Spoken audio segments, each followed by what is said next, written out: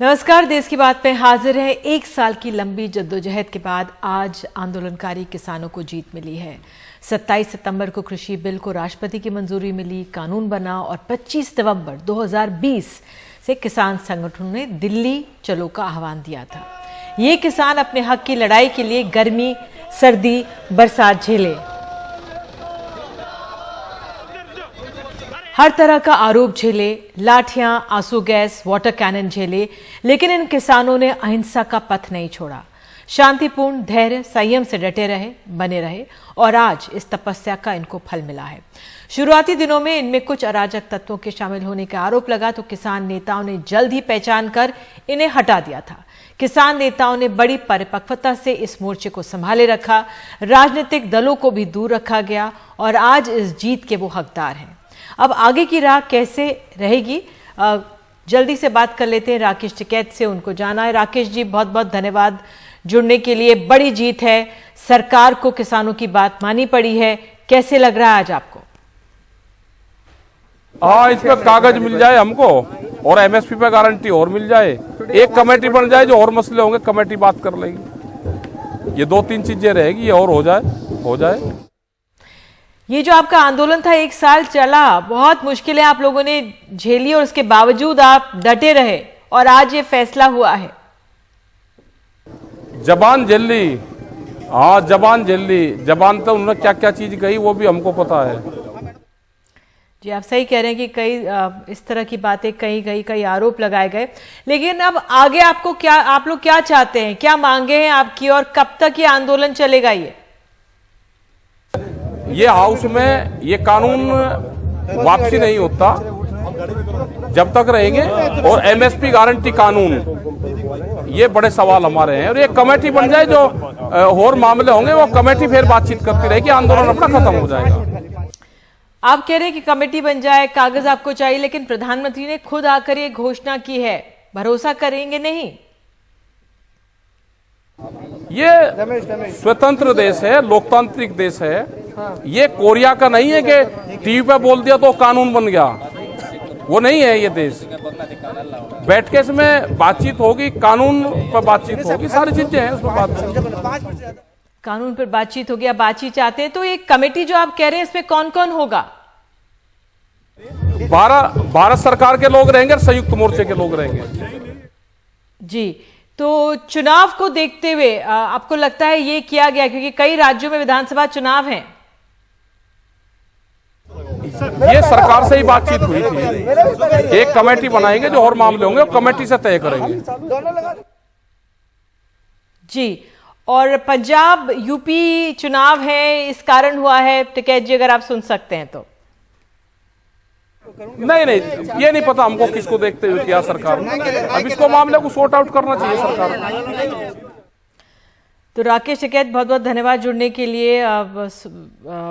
जल्दी में निकल रहे हैं, तो वाकई में जो किसान आंदोलनकारी हैं वो इस आंदोलन को फिलहाल अभी वापस लेते हुए नहीं दिख रहे हैं। वो कह रहे हैं आप ये कमेटी बनाइए और फिर अभी बातचीत का दौर लगता है चलेगा। हमारे साथ एक और बड़े किसान नेता डॉक्टर दर्शन पाल, प्रमुख हैं क्रांतिकारी किसान यूनियन के, वो हमारे साथ जुड़े हैं। बहुत बहुत धन्यवाद जुड़ने के लिए डॉक्टर दर्शन पाल। बहुत बड़ी जीत है आप लोगों की। डॉक्टर देवेंद्र शर्मा भी हमारे साथ मौजूद हैं, कृषि एक्सपर्ट, एक गांव में मौजूद हैं। बहुत बहुत धन्यवाद, आप दो लोग जुड़ रहे हैं। डॉक्टर दर्शन पाल, पहले तो आपको बधाई, और मैं आपसे जानना ये चाहूंगी सर कि आगे की राह कैसा आप लोग आज महसूस कर रहे हैं? आप लोग क्या बातचीत कर रहे हैं जब से आपने प्रधानमंत्री को सुना है? क्या बातचीत हो रही है आप लोगों के बीच में?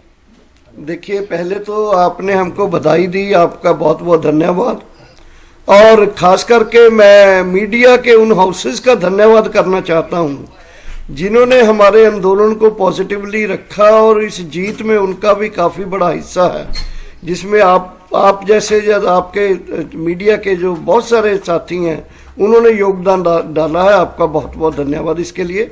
दूसरी बात, जब से सुबह से पता चला है, ऐसा लगता नहीं था, अचानक लगा कि कोई बहुत बड़ी हमें मैसेज मिला है अचानक, और ये लगता नहीं था कि इतनी जल्दी इतना बड़ा फैसला मोदी जी कर देंगे। लेकिन लगा ये कि जो हमने प्राप्त किया है ये एक्चुअली मैं ये कहना चाहता हूं कि हमारे देश के किसानों का एक लंबा आंदोलन, एक ऐतिहासिक आंदोलन, जिसमें 700 कोई 670 हमारे किसान आज तक शहीद हो चुके हैं, और जिसने एकदम शांतमयी तरीके से लड़ते हुए इस चीज को प्राप्त किया है। और ये जो प्राप्त किया है, ये एक वो प्राप्ति है जिस प्राप्ति को हम कहते हैं कि एक कारपोरेटिव मॉडल, जो कारपोरेट मॉडल खेती में बनाना चाहते थे, उसको हमने एकदम रिबफ किया है, उसको हटाया है, दूर किया है। और इसके लिए मैं आपके साथ साथ अपने किसानों और किसान संगठनों को कॉन्ग्रेचुलेट करना चाहता हूं कि उन्होंने आज देश के इतिहास में बहुत बड़ी जीत प्राप्त की है। और दूसरा, मैं ये कहना चाहता हूं कि किसानों ने इस आंदोलन के जरिए जो सरकार कोई भी कदम लेके, कोई भी फैसला करके 1 इंच भी पीछे हटने के लिए, दूसरों की सुनने के लिए तैयार नहीं थी, आज उसी सरकार के प्रमुख ने खुद बोला है कि मुझे बहुत अफसोस है, उन्होंने बहुत प्रायश्चित किया, गलती मानी और कहा कि हम किसानों को वो चीज समझा नहीं पाए हैं। एटलीस्ट उन्होंने अपनी असफलता को एडमिट किया है। असफलता को एडमिट करवाने के लिए भी मैं अपने किसानों को फिर कॉन्ग्रेचुलेट करता हूं कि आपने इस देश में उन शख्सियतों को और उस शख्सियत को जो कभी भी कहते थे हम कुछ गलत नहीं करते, जो भी किया है ठीक करते हैं, किसी चीज को भी सुनने के लिए तैयार नहीं होते, उनको एक चीज मानने के लिए तैयार किया है। और 3 कानून जिसके खिलाफ लड़ाई कर लड़ रहे थे उसको वापस लेने के लिए ये किसान आंदोलन की आने वाले समय के लिए देशवासियों के लिए एक नया रास्ता खोलने का किसान आंदोलन ने काम किया है। और इसके साथ ही एमएसपी की लड़ाई, पावर बिल की लड़ाई है, वो जारी रहेगी। और जब पार्लियामेंट में ये बिल आएंगे, कानून वापस लिए जाएंगे और एमएसपी के लिए कोई लीगल गारंटी आएगी, तो हम जरूर सोचेंगे। कल से ही हमारा मैराथन बैठकों का दौर शुरू हो जाएगा एसकेएम का, और हम डिसाइड करेंगे अगली रणनीति, अगला हमारा जो मोड ऑफ एक्शन क्या है। बिल्कुल दर्शनपाल जी, आप लोगों ने जो संयम और धैर्य और अहिंसा का पथ अख्तियार किया, उससे देशवासियों में भी एक संदेश गया है। जो लोग देख रहे थे, समझ रहे थे आप लोगों के काम करने के तरीके को, सबने सराहा है। भले ही कुछ लोगों ने सवाल जरूर उठाए हों, लेकिन जो देशवासियों के लिए सीख भी है जिस तरह से आप लोग आगे बढ़े। डॉक्टर देवेंद्र शर्मा साहब, मैं आपसे जानना और समझना चाहूंगी, इस पूरे मामले को लेकर राजनीति तो बहुत हो गई है और वो हो भी रही होगी, तमाम राजनीतिक दल अपनी बात कर रहे होंगे, लेकिन आप एक कृषि एक्सपर्ट के नाते किस तरह से आप आज के प्रधानमंत्री के इस फैसले को देख रहे हैं? देखिए, इसमें कोई शक नहीं है निधि जी की ये बहुत सराहनीय डेवलपमेंट है और ये एक ऐतिहासिक डे है किसानों के लिए। और जैसा कि आपने शुरुआत में कहा था कि मौसम की बेरुखी को सहते हुए किसान 1 साल से बॉर्डर पे ऊपर या कहे हम कि सड़कों पर सो रहे थे, तो ये कोई छोटी अचीवमेंट नहीं है कि। और जैसा आपने कहा कि परसिवरेंस से, जो मैं कह रहा हूं सुबह से, कि आपने कहा संयम से और धैर्य से किसानों ने ये दिखाया है कि भाई शांति प्रिय तरीके से कैसे एक बात को रखा जा सकता है। मुझे लगता है कि ये ग्लोबली इसको एक्नॉलेज करना पड़ेगा। और मैं देख रहा हूँ सुबह से ही मेरे टेलीफोन पे इतनी कॉल्स आ रही हैं दुनिया भर से, और वो इस चीज को सब अप्रिशिएट कर रहे हैं कि पहले अगर यही बात जो आज भारत में हुई है, उनका कहना है कि अगर 1979 में जब हजारों ट्रैक्टर वॉशिंगटन डीसी में पहुंचे थे और वो गारंटीड प्राइस जब मांग रहे थे किसानों से अमेरिका की सरकार से, तो उस समय की सरकार ने अगर गारंटीड प्राइस दिया होता अमेरिका में, तो आज शायद दुनिया में जो खेती पर संकट है वो इस गंभीरता में या इस गंभीरता से नहीं होता।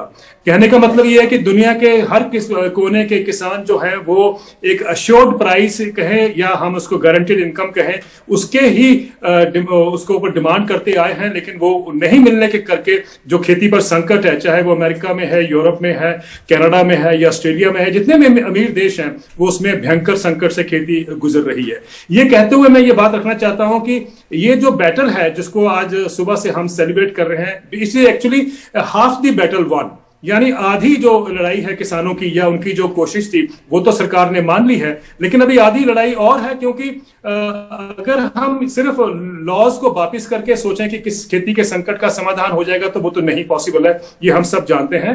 अब करने की जरूरत यह है कि जो गारंटेड इनकम अमेरिका में 1979 में उस सरकार ने नहीं दी उन किसानों को, और हमारे देश में जो हम कहते हैं कि रिफॉर्म्स का मतलब है कि हमें कॉर्पोरेट के हवाले खेती को करना है, वो मुझे लगता है कि अब हमें समझ जाना चाहिए कि अगर हमने एक साल किसानों की बात शायद अगर पहले मान ली होती या समझ गए होते कि किसान क्या मांग रहे हैं, तो ये इतना बड़ा प्रोटेस्ट या इतना लंबा प्रोटेस्ट ये नहीं खींचा जाना चाहता। अब इसमें जैसा कि दर्शनपाल जी ने भी कहा, मिनिमम सपोर्ट प्राइस यानी एक गारंटेड प्राइस जो किसानों को मिलने का, मुझे लगता है कि ये बहुत इंपॉर्टेंट अगला जो पड़ाव है ये होना चाहिए, और है भी, किसान इसको मांग रहे हैं। क्योंकि अगर हम स्टेटस को पे चले जाएं, जो वापिस अगर लॉस हो जाते हैं, तो खेती का संकट तो नहीं गया ना, तो उसको निकालने के लिए, उससे किसानों को उभारने के लिए एक ही चीज जो है, जो रिफॉर्म असली होना चाहिए भारत में, वो ये है कि 23 की 23 फसलों पे जिसपे मिनिमम सपोर्ट प्राइस सरकार हर साल होती है, उसको अनिवार्य कर दिया जाए, उसको एक लीगल जो रूप है वो दिया जाए, ताकि उसके नीचे चाहे वो प्राइवेट कंपनियां हो, चाहे वो ट्रेडर्स हो, चाहे वो एपीएमसी हो, कोई भी उसके नीचे ना खरीद पाए। वो जो हमें आज एक किसान को एक गारंटी चाहिए, वो मुझे लगता है कि बहुत जरूरी है। लेकिन ये भी मानना पड़ेगा निधि जी कि पहला पड़ाव हो गया है, तो अब किसानों में भी हिम्मत होगी और देश भी शायद अब इस बात को समझना लगेगा, क्योंकि ये बहुत जरूरी था। जैसा कि सुप्रीम कोर्ट ने स्टबल बर्निंग के केस में कहा कि मीडिया ने बहुत प्रदूषण फैलाया था, तो ये फार्म लॉज में भी बहुत प्रदूषण फैलाया गया था, और मुझे लगता है कि कम से कम अब लोगों को समझ आना चाहिए कि भाई ये क्यों इंपॉर्टेंट है कि किसानों को एक गारंटेड प्राइस मिले। बिल्कुल। डॉक्टर दर्शनपाल, मैं अब आपसे ये जानना चाहूंगी, क्या हमारे जो आंदोलनकारी किसान हैं उनको सरकार से डील करने में इतना एक्सपीरियंस, अनुभव मिल गया है कि अब जो हमारे किसानी का स्वरूप इतने बरसों से चला आ रहा है, हमारे किसान जो इतनी गरीबी मुश्किलात झेलते हैं, क्या उनकी स्थिति से निवारण के लिए अब आप लोग आगे अग्रसर रहेंगे? प्रधानमंत्री कह चुके हैं कि भाई 2022 तक और आगे तक किसानों की आमदनी वो दुगनी कर देंगे, 2024 तक कह भी माने तो दुगनी कर देंगे, लेकिन जो किसान हैं क्या उनको रास्ता नजर आ रहा है कि किस तरह से आगे बढ़ना होगा? निधि, देखिए, ये जो चेंजेस आए हैं पूरी दुनिया में, ग्लोबलाइज्ड वर्ल्ड में, इसमें एग्रीकल्चर भी उससे दूर नहीं है। अब पहले एक गांव में एक लैंडलॉर्ड होता था, बाकी टेनेंट्स होते थे, तो लोकल इशू होते थे ज्यादा, या एक छोटे रीजन के इशू होते थे। अब एग्रीकल्चर भी पूरा इस ग्लोबलाइज्ड वर्ल्ड में कैपिटल के जरिए, टेक्निक के जरिए पूरी दुनिया से जुड़ गया है। और कम से कम इस आंदोलन में या इस आंदोलन से कुछ देर पहले किसान संगठनों को ये समझ आ गई है कि अब आंदोलन जो है छोटे छोटे संगठनों से छोटे छोटे मुद्दों पर नहीं हो सकता। फॉर एग्जांपल, अभी एमएसपी का मुद्दा है, इंडेप्टेडनेस का मुद्दा है, ये तो पूरे देश के किसानों के मुद्दे हैं। सिमिलरली क्रॉप्स की इंश्योरेंस का मुद्दा है, या नेचुरल कैलेमिटी के लिए हमें कंपनसेशन की मुद्दा है। तो ये सब मुद्दे सेंटर के साथ बहुत सारे इंटरनेशनली भी, फॉर एग्जांपल इनपुट्स का सवाल है। अब डीएपी नहीं मिला वीट के लिए, तो DAP is a product which is being imported, जो बाहर से आती है। या इसी तरह से बाकी का जो पेस्टिसाइड इंसेक्टिसाइड्स है, जो एग्रीकल्चर का मॉडल बन गया है, ये मॉडल में अभी अकेले छोटे संगठन नहीं लड़ सकते हैं। इस आंदोलन ने हमें सिखा दिया है कि अगर नेक्स्ट लड़ाइयां लड़नी है तो हमें ऑल इन संयुक्त किसान मोर्चा ऐसे ही नाम नहीं बन गया वो, क्योंकि देश के संगठन एक बैनर के साथ आए और संयुक्त किसान मोर्चे को एक पूरा का पूरा रेलिवेंस बिना क्रेडिबिलिटी बनी है। आइडेंटिफिकेशन इसकी तभी हो पाई है क्योंकि जरूरत थी इसकी।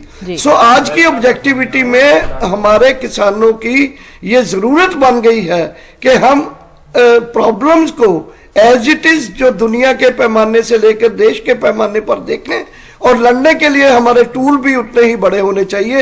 ये इस आंदोलन ने हमने सीख लिया है। और पूरे किसानों की मुक्ति, उनकी जो इनकम की गारंटी हम तभी करा पाएंगे जब बड़े फोरम के जरिए बड़े आंदोलन हम लड़ेंगे। तो बिल्कुल डॉक्टर दर्शनपाल, आप लोग जुड़े और आगे के लिए भी आप लोग जिस बने रहिए संयम के साथ और शांति के साथ अपना कार्यक्रम आगे बढ़ाइए। बहुत बहुत धन्यवाद जुड़ने के लिए। डॉक्टर देवेंद्र शर्मा जुड़ने के लिए बहुत बहुत धन्यवाद। वाकई में किसानों की ये आधी लड़ाई है, एमएसपी उनकी मिले और आगे उनकी स्थिति बेहतर हो, हमारे तमाम किसानों की यही कोशिश रहेगी। बहरहाल एक छोटा सा वक्त है एक ब्रेक का और उसके बाद हम आपको उत्तर प्रदेश भी ले चलेंगे, गाजीपुर भी ले चलेंगे और किसान अभी हटने को भी तैयार नहीं है, क्यों बताएंगे। बने रहिए हमारे साथ।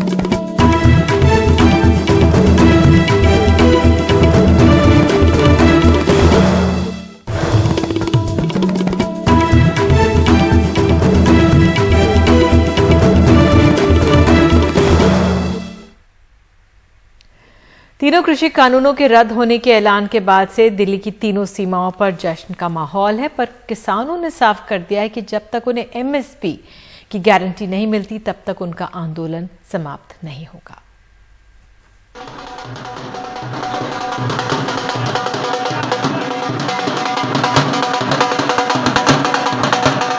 हर आने जाने वाले का मुंह मीठा कराकर किसान अपनी जीत का जश्न मना रहे हैं। नौजवानों के साथ बुजुर्ग किसान भी भांगड़ा डालते नजर आए। ये तस्वीरें किसान आंदोलन का केंद्र बन चुके सिंघू बॉर्डर की हैं। ये किसानों की बहुत बड़ी जीत है, लेकिन इस घोषणा को हम जीत नहीं मानते।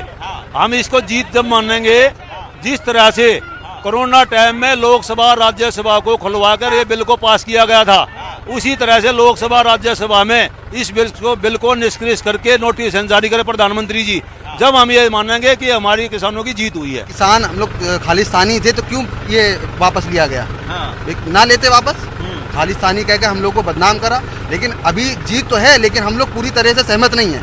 खुश हैं, खुश हैं, खुश हैं, बहुत खुश हैं, पर जिन्ना तक कानून लिखती रूप च नहीं मिलते उन्ना तक अं जावांगे नहीं। बाबा खुश हैं आप? बहुत खुश हुआ, गुरु नानक ने मेहर करती है, मोदी को मन च मेहर पाती है महाराज ने। उन्होंने बड़े बड़े सज्जन ठग वर्गे भी तारे ही इन्होंने भी तारता वा। कृषि कानूनों की वापसी की खबर सुबह जैसे ही गाजीपुर बॉर्डर पर आई, किसानों के बीच मिठाइयां बंटने लगी और दिन भर यही सिलसिला चला। आसपास के लोग भी किसानों की इस खुशी में शिरकत करने के लिए मिठाई ले आए। ये बताइए किशनपाल जी, जाड़ा गर्मी बरसात तो आप लोगों ने झेला ही, ऊपर तमाम सारे आरोप लगे, खालिस्तानी कोई कह रहा है फंडिंग आ रहा है, कोई कह रहा है बदमाश लोग हैं वहाँ बैठे हुए हैं। इन आरोपों के बाद आज आपको तमगा मिल गया है कि आप किसान हैं। हमें सबसे बड़ी इसीलिए जलेबी बट रही है। हाँ। इसीलिए यहाँ खुशी का माहौल है। हाँ। कि प्रधानमंत्री ने ये आज सिद्ध कर दिया है कि हम राष्ट्रभक्त हैं, हम अन्नदाता हैं, हम हिंदुस्तानी, कट्टर हिंदुस्तानी हैं, हम पे कोई शक नहीं करने वाला है। जो अंधभक्तों की टोली हम पे आरोप लगाती थी, आज प्रधानमंत्री ने वो आरोप धो दिए। किसान नेता भी खुश नजर आए, लेकिन ये भी साफ कर दिया कि जब तक ये कानून संसद से रद्द नहीं होंगे तब तक वो यहाँ से नहीं जाएंगे। शनिवार को संयुक्त किसान मोर्चा की बैठक में आगे की रणनीति तय होगी। अभी हमने प्लान किया हुआ था कि यूपी मिशन में और 3-4 महीने का हमारा कंटिजेंट प्लान था हमारे पास। तो अभी हमने पार्लियामेंट सेशन जाने का, 26 को पूरे देश में बड़े बड़े प्रोग्राम करने का, ये पूरे देश में करने का है हमारा, क्योंकि आज एक नई डेवलपमेंट हुई है। इसलिए कल हम अपनी एसकेएम की बैठक करेंगे। पूरे इस बैकग्राउंड में हम आगे आंदोलन को कितना, किस तरफ ले जाएंगे, कब ले जाना है, इसका डिसीजन करेंगे। किसान नेता राकेश टिकैत ने भी साफ किया कि किसानों को एमएसपी की गारंटी भी मिले, वरना आंदोलन ऐसे ही चलता रहेगा। हमने कहा कि एमएसपी पे कुछ नहीं कहा अभी सरकार ने, और प्रधानमंत्री जी कोई पार्लियामेंट से तो बड़े हैं नहीं। पार्लियामेंट में जैसे इसको लीगल बनाया है ऐसे ही लीगल इसको खत्म करो। यानी आप कह रहे हैं कि आंदोलन अभी भी जारी रहेगा, लोग जहां है वहां रहेंगे? जा रहा है, अभी आंदोलन कोई खत्म नहीं होता। किसान खुश हैं, पर ये सवाल भी उठा रहे हैं कि अगर पंजाब और उत्तर प्रदेश के चुनाव ना होते तो क्या प्रधानमंत्री मोदी ये तीनों कृषि कानून रद्द करते। खुश हैं किसान, उनका यही कहना है कि एक लंबी लड़ाई के बाद वो जीते हैं, तीनों कानून रद्द हुए हैं और जो तमाम कलंक, तमाम आरोप लगाए गए आंदोलनजीवी, खालिस्तानी, नक्सलवादी, आतंकवादी, उन आरोप लगाने वालों को भी प्रधानमंत्री मोदी ने जवाब दे दिया है कि तीनों कानून रद्द हुए हैं। जीत किसानों की हुई है, जिसकी जीत होती है उसका ही नाम सबसे बड़ा होता है। सहयोगी सुधीश कुमार राम के साथ सिंगू बॉर्डर पर सौरभ शुक्ला, एनडीटीवी इंडिया। और तीनों कृषि कानून वापस लेने का प्रधानमंत्री के ऐलान उत्तर प्रदेश के चुनावों के मद्देनजर काफी अहम माने जा रहे हैं।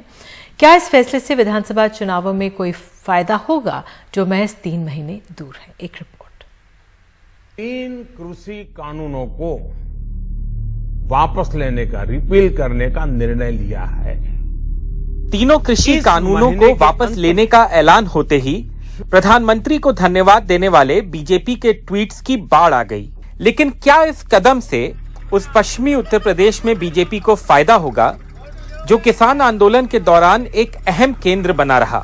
इस इलाके में विधानसभा की तकरीबन 100 सीटें हैं, जिनमें से 70 से ज्यादा सीटें 2017 के विधानसभा चुनाव में बीजेपी ने जीती थी। महीनों से इस इलाके में नाराजगी झेल रहे बीजेपी के नेताओं को पीएम के ऐलान के बाद फिर किसी चमत्कार की उम्मीद लग रही है।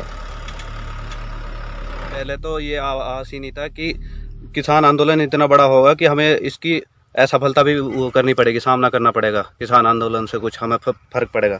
सरकार को ये था कि ये मुट्ठी भर किसान है, जो मुट्ठी भर बताते थे, खालिस्तानी और आतंकवादी बताते थे, वो आज के टाइम में, पहले इनका ये उपचुनाव हुए हैं, अभी कई राज्यों में इन्हें हार का सामना करना पड़ा है।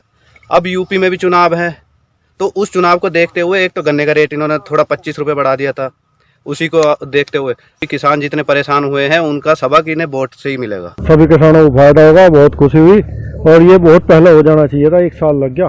प्रधानमंत्री जी का बहुत बहुत धन्यवाद और उनका हम आभार व्यक्त करते हैं। कृषि कानून 2022 के विधानसभा चुनाव के लिए बीजेपी का सीएम चेहरा योगी आदित्यनाथ ने प्रधानमंत्री के कदम को एक ऐतिहासिक कदम बताया है। प्रधानमंत्री के इतने बड़े कदम को सही साबित करने के लिए उत्तर प्रदेश में फिर जीतना बीजेपी के लिए बहुत अहम है। लोकतंत्र में संवाद की इस भाषा का इस्तेमाल करते हुए तीनों कृषि कानून को वापस लेकर के जो ऐतिहासिक कार्य किया है, मैं इसके लिए उनके इस कदम का हृदय से स्वागत और अभिनंदन करता हूं। जब कतिपय किसान संगठन इसके विरोध में आए थे, सरकार ने हर स्तर पर संवाद बनाने का प्रयास किया। ये हो सकता है कि हमारे स्तर पर कोई कमी रह गई हो कि हम लोगों ने अपनी बात को उन लोगों को समझाने में हम लोग कहीं न कहीं विफल रहे। पश्चिमी उत्तर प्रदेश में बीजेपी का जितना कुछ दांव पे लगा है, उतना ही पूर्व मुख्यमंत्री और समाजवादी पार्टी के अध्यक्ष अखिलेश यादव और राष्ट्रीय लोक दल के जयंत चौधरी का भी। अखिलेश उत्तर प्रदेश, खासकर पश्चिमी उत्तर प्रदेश में बीजेपी के लिए बड़ी चुनौती बनकर उभरे हैं, जहां उन्होंने किसानों के आंदोलन को जाट मुस्लिम एकता को फिर कायम करने के लिए इस्तेमाल करने की कोशिश की। 2013 में मुजफ्फरनगर के दंगों में उनके इस अहम वोट बैंक को नुकसान पहुंचा था। आज सपा के प्रमुख अखिलेश यादव ने किसान कानूनों को वापस लेने के प्रधानमंत्री के ऐलान पर चुटकी ली। सरकार घबरा करके इन कानून को वापस ले रही है और ये जरूरी नहीं है सरकार के लोग ऐसे हैं, हो सकता है चुनाव के बाद फिर ऐसा कोई कानून ले आए। इसका भरोसा कौन दिलाएगा कि भविष्य में ऐसे कानून नहीं आएंगे जिससे किसानों को संकट में डाला जाए। और अगर इनकी नीयत साफ होती तो आज किसानों को लाइन में लगना नहीं पड़ता खाद के लिए। लेकिन क्या पश्चिमी उत्तर प्रदेश में विपक्ष को अपनी रणनीति में बदलाव करना पड़ेगा? कांग्रेस की उत्तर प्रदेश प्रभारी प्रियंका गांधी कहती हैं नहीं। प्रियंका हाल में लखीमपुर को लेकर विरोध में सबसे आगे थीं। अगर सरकार सचमुच सीरियस है तो उनके लिए जो कार्रवाई होनी चाहिए, खासतौर से जो लखीमपुर खीरी में हुआ, उस पर जो कार्रवाई सही ढंग से होनी चाहिए वो करनी चाहिए। मंत्री को बर्खास्त करना चाहिए। 2024 के लोकसभा चुनाव से पहले उत्तर प्रदेश के चुनाव सभी राजनीतिक दलों के लिए एक बड़ा इम्तिहान है। मोहम्मद अदनान, समीर अली, मोहम्मद दिलशाद और कैमरा पर्सन राजेश गुप्ता के साथ आलोक पांडे, एनडीटीवी इंडिया। और देश की बात में आगे गाजीपुर बॉर्डर पर जो किसान जमे हुए हैं उनका क्या कहना है।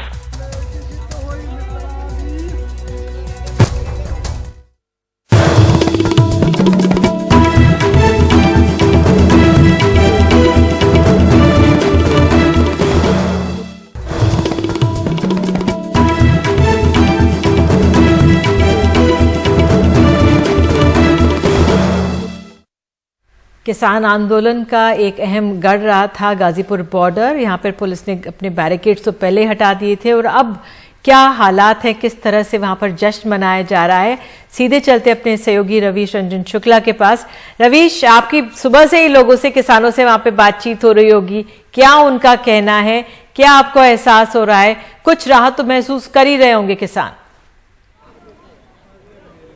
जी बिल्कुल निधि, यहाँ पर खुशी का माहौल है। आप देख सकते हैं कि गुरुपर्व अभी जो है वो यहाँ पर किसानों ने मनाया है और किसान आज बिल्कुल जश्न का माहौल है गाजीपुर बॉर्डर पर। आमतौर पर इस वक्त ठंडक में रात के वक्त इतने लोग नहीं होते हैं, लेकिन आज चारों तरफ जो है वो हजारों की तादाद में जो किसान हैं वो आसपास से भी बड़ी तादाद में आ गए हैं और अभी किसान यहाँ पर रुकेंगे। उनका ये कहना है कि जब तक संयुक्त मोर्चा की तरफ से कोई आधिकारिक बयान नहीं आता है तब तक वो यहाँ से नहीं हटेंगे। कुछ किसान हैं हमारे साथ में, हम उनसे बात करेंगे।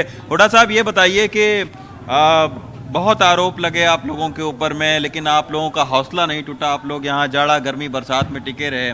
अभी क्या सोच है आप लोगों के बीच, क्या चर्चा है? रवीश जी, सत्य परेशान हो सकता है, सत्य पराजित नहीं हो सकता। ये उन माताओं की जिन्होंने अपने बेटे खोए हैं, जिन बहनों ने अपने भाई खोए हैं, उनकी जीत है, उन शहीद किसानों की जीत है। आज फिर बता दिया सभी किसानों ने कि परेशान तो हुए लेकिन जीत अंत में सत्य की ही हुई है। बाजवा साहब, कब तक आप लोग हटेंगे यहाँ से? कुछ आप लोगों के बीच में कि क्या आप लोगों की रणनीति है? यहाँ से आंदोलन खत्म होगा, कैसे है आप लोग? देखो, आगे की वैसी रणनीति तो कल संयुक्त किसान मोर्चा की बैठक में ही बनेगी, लेकिन ये तय है कि जहाँ के जो किसान बैठे थे वो तीनों कानून रद्द करवाने और एमएसपी बिल की कानून बनाने एमएसपी पर, इसके लिए बैठे थे। अब 3 कानूनों के संबंध में प्रधानमंत्री ने आज घोषणा की है, उसका हम स्वागत करते हैं और एमएसपी की भी मांग करते हैं कि वो भी साथ के साथ उस पर हो जाए। तो निश्चित तौर पर निधि, गाजीपुर बॉर्डर की अगर बात करें तो आप देखिए कि जाड़ा गर्मी बरसात सड़कों पर इस तरीके के जो टेंट लगे थे, इसी में किसान बड़ी तादाद में रहते आए हैं।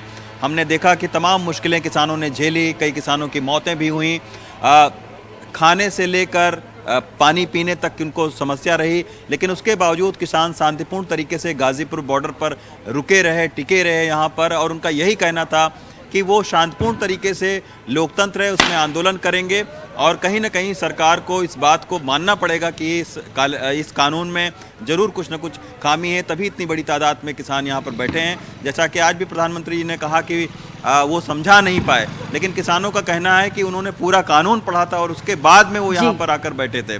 तो अब 29 तारीख को सबका इंतजार है कि जब संसद में फिर ये वापस लिया जाएगा बिल और उसके बाद में आगे की रणनीति किसान तय करेंगे, तभी गाजीपुर बॉर्डर से हटेंगे। बहुत बहुत धन्यवाद इस जानकारी बातचीत के लिए रवीश। और फिलहाल एक वक्त है छोटे से ब्रेक का, तुरंत लौटते बने रहिए हमारे साथ।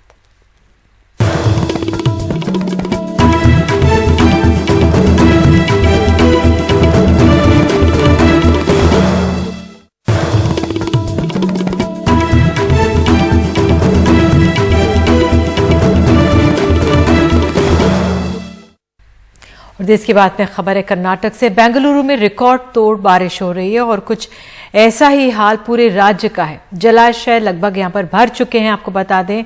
और चिकमगलूर जो जगह है उसके आसपास भी जो जलाशय पूरी तरह से भरे हुए हैं और इसी तरह से हम देख सकते हैं बारिश का संकट किस तरह से बेंगलुरु में बना हुआ है।